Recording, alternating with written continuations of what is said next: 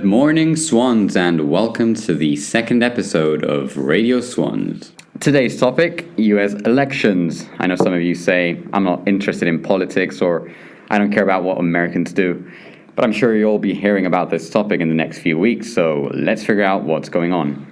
With me today is Mr. Robert King, our expert in this topic. Well, I wouldn't say I'm an expert in this topic, but I'm involved in the debate club, and my degree is in media history and politics. Oh, so the best person for this, I'd say. Well, we'll see. Okay, let's get right in. Firstly, some general information. When are the elections? So the presidential election, is going to be taking place on Tuesday, the 3rd of November, during half term. Mm-hmm. And the two candidates for election to be president of the United States is a man called Donald Trump, mm-hmm. who is what we call the incumbent, current president, and then his opponent is a man called Joe Biden, who used to be the vice president under Barack Obama for 8 years. Mm-hmm. Cool. So, for all those people who don't really care about the American elections, why should they care about them elections, even though they're not US citizens? Well, what happens in America affects us all because it's such a powerful country, both militarily. It's got the world's biggest army, the world's biggest navy, and thousands of nuclear weapons. So it's an enormous superpower in terms of military, but also economically. It's the world's biggest economy by some margin. So whatever the politics of America will have an impact on the politics of Europe and the politics of the world. So whoever is in the White House does, to an extent, define what takes place across the globe. Okay, so depending on who wins, that also affects everyone, really. Yeah. Cool. So for all those who don't really understand how the American election system works, like myself, could you give us a little brief explanation, please? Okay, so in America, it's not just about who gets the most amount of votes wins. It's more to do with a system called the Electoral College system. What that basically means is that our candidates, Donald Trump on the right, Joe Biden on the left, have to win individual states. Now, if you see on this map, you can see we've got all the individual states of America. We have California, we've got Texas, we've got Florida. We've got New York, we've got Pennsylvania, and so on. So all of these are the 50 states of the United States. The winner of the presidential election is the person that wins what's called the Electoral College. Now, if you look at the states, they've all got numbers attached to them. And those numbers relate to what's called the Electoral College votes. So on the 3rd of November, you have an election across the whole of the United States of America. And whoever wins that state, so if Joe Biden, for instance, wins California, he will send 55 votes to the Electoral College conference that takes place in December, and whichever candidate gets to 200 or 270 or more becomes president. So you can see what happens here. So if for instance, blue is Joe Biden, so he wins California. He gets the most amount of votes in California. He gets 55 Electoral College votes. Mm-hmm. And then he wins Oregon, goes up to 62, and so on. So what each candidate has to do is build their vote in the Electoral College. So the key states are the big states. So California has 55 Electoral College votes. Mm-hmm. That is because California's got a huge population. So the amount of points depends on the population of the state. Yeah, and if you look, that one there is called South Dakota. There's not that many people living there. Mm-hmm. So the states with the biggest population get the most Electoral College votes. Texas is 38.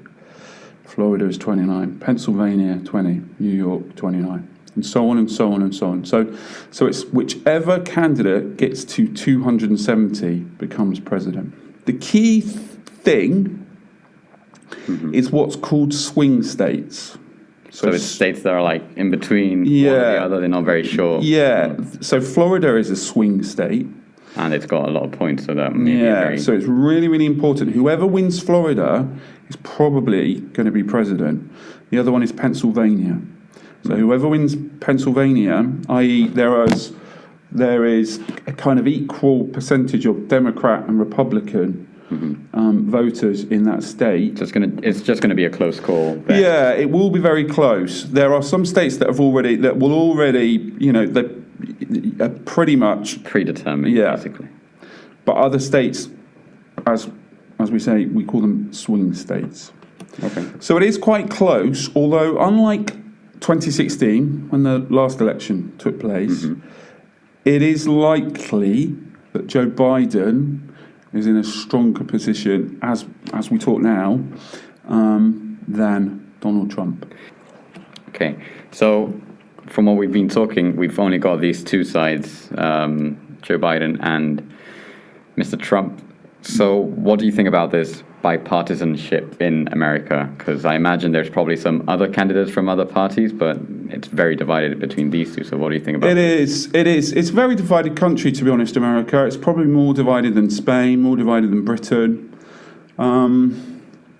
So American politics is scuppered a little bit by partisanship, i.e., in order for you to work properly in American politics and for governments to work properly, the two parties need to be at various times, it's complicated, but they need to at various times be able to work together. And over the last 4 years, and probably even longer, they've found it increasingly hard. On the one hand, you've got Donald Trump and you've got the Republicans that are against the idea of spending lots of money on healthcare or spending lots of money on welfare. And you have the Democrats that are slightly different to that, although it's a bit more complicated than that. And they're becoming more and more polarised, these two parties and the two candidates, in the sense that their views are becoming further and further away from each other. So it's a very, very divided election, coupled with the fact that we've had the whole coronavirus disaster, and America is now the worst hit country in the world with that. Plus, after the killing of George Floyd, there were lots of demonstrations, the Black Lives Matter thing, etc., etc., etc., and that's kind of polarised things even more. So it's a very, very troubled country, and this is a very, very important election. Cool. And looking back to the previous elections in 2016, we remember Facebook and the Cambridge Analytica issue, where social media took a very big role influencing people.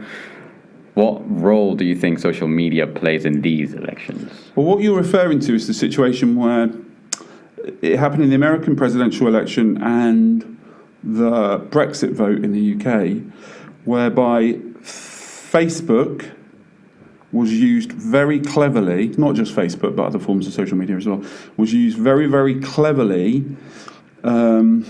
in America and in the UK to influence voters in certain directions. And in 2016, it was used very, very cleverly to tip over people that were unsure about voting for Trump into what we call the Trump camp. And because you can target electors, people that are voters, very, very specifically, all that the Trump campaign did in 2016 was just target some of these swing states, i.e. states that could go either way, and a few thousand voters in each of those states, and convince them that their man, Donald Trump in 2016 versus Hillary Clinton, was the right man. I think what's happened since then is that social media has reinforced this polarisation and this division between the different sides, but also the Democrats have got wise to it. So they've got their own social media campaigns doing pretty much the same thing. And it's sad, really, because what that will mean is the division will be even more reinforced. So even after this election, even when this election finishes, I suspect, sadly, for Americans, that America is still going to be the divided country, or even worse than it currently is. Wow. Well, I think that covers up most of the US elections. For anyone who had any doubts on how it works, why we should even care about them, or who the runner-ups were. So thank you for listening to this podcast, and we hope to see you next week. And let's stay tuned to the US election to see who wins. Cool. Bye. Bye.